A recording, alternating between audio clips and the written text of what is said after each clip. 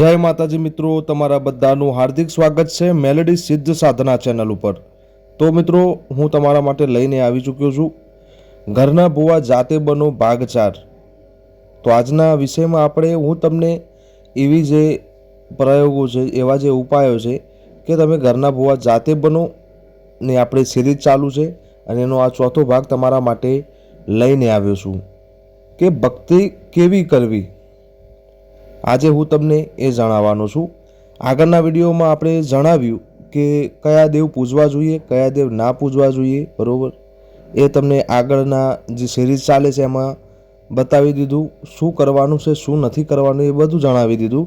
હવે ભાગ 4માં તમને જણાવવાનું છું કે મેં તમને એમ તો કહી દીધું કે આ ભક્તિ કરવાની અને આ દેવોને તમારે મનાવવાના છે, પ્રસન્ન કરવાના છે।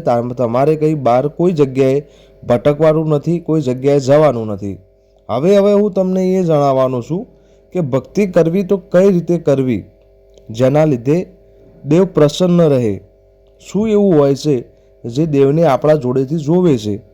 શું માતાજીને તમારા દીવા ધૂપના ભૂખ્યા છે, બરાબર, કે તમારા ટાઈમના ભૂખ્યા છે? શું છે વાસ્તવમાં રિયાલિટી શું છે એ તમને હું જણાવવાનો છું।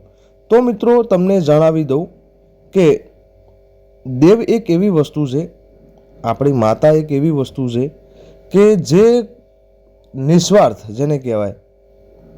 માતાજી કોઈ દિવસ તમને આપે ને તો એનું જે પાછું માગવાનું એવું કંઈ શું હોતું નથી, એમ કે હું તમને સુખ આપું તો તમે એના માટે મને આ આપો, એવું કશું હોતું નથી। તો ભક્તિ કેવી કરવી પહેલાં એ તમને સમજાવું।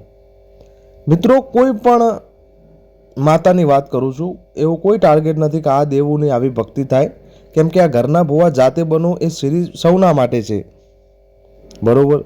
તો એક જ વસ્તુ તમે વિચારી લો કે કોઈ પણ તમે કોઈ સ્થાનકે જાવશો, કોઈ જગ્યાએ કોઈ સ્થાનકે જાવશો, કેમ કે તમને એવું લાગતું હોય છે કે અમારા દેવ કામ નહીં કરતા, અમારા દેવ અમારું સાંભળતા નથી, અમારા ઘરમાંથી દુઃખ અમારા દેવ કાઢતા નથી, એટલે તમે અલગ અલગ જગ્યાએ અલગ અલગ સ્થાને જતા હોય છો। એનો કોઈ વિરોધ નથી, તમારી ઈચ્છા હોય, તમારી શ્રદ્ધા બેસી હોય, તમે જઈ શકો છો, એની ના પણ નથી। દર્શન કરવા તો હું તો કહું રોજ તમે નવા નવા સ્થાનકે જાઓ, મને કંઈ પ્રોબ્લેમ નથી, પણ હું તમને એમ કહેવા માગું છું કે તમે એ ત્યાં જવાનું કારણ આ હોય છે કે તમારા દેવ કામ નથી કરતા, તમારું સાંભળતા નથી, એવું તમારું કહેવું છે, તમારી જાતનું કહેવું છે, બરાબર। એટલા માટે તમે દરબદર ભટકો છો, કેમ કે દુઃખ જતું નથી, દેવ કામ નથી કરતા એવું તમને લાગે છે, દેવ અમારી સહાયતા નથી કરતા એવું તમને લાગે છે, બરાબર। હવે ઘણા ખરા માણસો તમારે જોવું જોઈ લેજો કે સમજો કે તમારા ઘરમાં ઉદાહરણ તરીકે સધી માતા પૂજાય છે, બરાબર, અને તમે કોઈ અધર જગ્યાએ જાઓ, એ બહુ જ મોટું મંદિર, ધારે કે તમે સમજો કડા અમારા બાજુમાં ગામ છે વિસનગર વિજાપુર જોડે કડા કરીને, તો સધી માતાનું બહુ મોટું સ્થાનક છે ને બહુ એના સારા એવા પરચા છે, બરાબર। તો તમે ત્યાં જાઓ, બરાબર, એટલે મારે તમને એક જ કહેવાનું, એક જ વસ્તુ તમને સમજાવવાની વાત છે આ વાતમાં કે એ જ સધી માતા તમારા ઘરે બેઠી હોય, એ જ દેવ તમારા ઘરે બેઠું હોય, જો એ સ્થાનકે એવું રૂપાળું કામ કરતું હોય, એવા જે ના સાંભળ્યા હોય એવા ચમત્કાર જે કોઈ ના કરી શકે, જે કુદરતના વિરુદ્ધ કામ કરે એવા ચમત્કાર જો દેવ એ જગ્યાએ આપતું હોય, તમારા ઘેર કેમ નહીં, એવો વિચાર તમને કેમ નથી આવતો, મારું ખાલી એ કહેવું છે। બીજું મિત્રો કે તમે કોઈ પણ સ્થળે જશો ને એટલે તમને આ તો 100%ની વાત કહું છું તમને કે તમે કોઈ પણ જગ્યાએ જશો ને એટલે તમને એક જ વસ્તુ જાણવા મળશે કે ભાઈ ભુવાજી ધૂણશે અને તમને કહેશે ભાઈ આટલા અમુક દાડાની ટેક છે, અમુક દાડા સુધી તમે રાહ જુઓ, માતાજી ઉપર શ્રદ્ધા રાખો, તમારે રવિવાર કે મંગળવાર ભરવાના છે તો ભરો, તમારું કામ થઈ જશે, બરાબર। બાકી તમે ત્યાં જઈને ઊભા થઈ ગયા અને તમારું દુઃખ મટી ગયું એવું કોઈ સ્થાનકે થાય નહીં। એનું કારણ એ કહું છું કે તમારે પણ પાળવું પડે, દેવ ઉપર વિશ્વાસ રાખવો પડે, સમજે। હવે એ જ વસ્તુ તમે 3-3, 4-4 મહિના બહાર ભટકીને રવિવાર મંગળવાર ભરીને એટલો બધો વિશ્વાસ કરીને ત્યાં જઈને માથા તોડી નાખો છો, માથા પછાડીને થાકી જાઓ છો, કદાચ બાય ચાન્સ તમારું કામ ના થયું તો તમે શું કરશો? એટલે આ તમારી એક જેને સ્વાર્થવાળી ભક્તિ કહેવાય મિત્રો, એ તમને સમજાવવા માગું છું કે જો એટલો ટાઈમ જ તમે તમારા દેવને પ્રસન્ન કરવામાં લગાવ્યો હોય, એટલો જ ટાઈમ તમારી ભક્તિમાં તમે વ્યતીત કર્યો હોય, તમારા ઘરના દેવને પૂજવામાં રાખ્યો હોય, તો એ તમારું માનવું એવું છે કે 6 મહિનાથી ઊંઘી ગઈ હશે, 12 મહિનાની, 12 વર્ષની કે 12 પેઢીની એ ઝબકીને જાગે અને તમારી સહાયતા કરે જ, બરોબર. એટલે તમે જે બધી ભક્તિઓ કરો છો એ સ્વાર્થવાળી ભક્તિ છે, એના લીધે દેવ કામ નથી કરતું.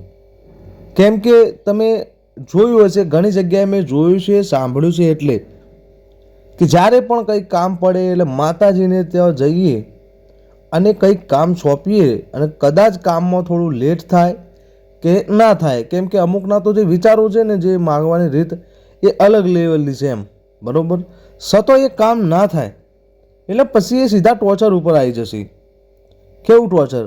માતાજીને સીધા કમેણ બોલવા લાગશે, જેમ કે કેટલા તારા દિયાબત્તી, કેટલું ઘી બાળ્યું, સમજ્યા તમે, કે કેટલું ઘી બાળ્યું, કેટલી તને ભક્તિ કરી, સતોય મારું કામ નહીં કરતી તું, બરોબર.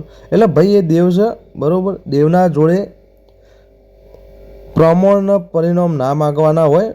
દેવ માનવાની વસ્તુ છે, જાણવાની વસ્તુ નથી, બરોબર. એને ક્યાં તમે તમારા ઘેર નોકરી રાખી છે કે ભાઈ તું મારું કામ કેમ ના કર્યું, મારું કામ તે કેમ ના કર્યું, આ મહિને તને 6,000 નહીં મળે, 5,000 જ મળશે, જેમ કે એક કામ પૂરું થયું નહીં.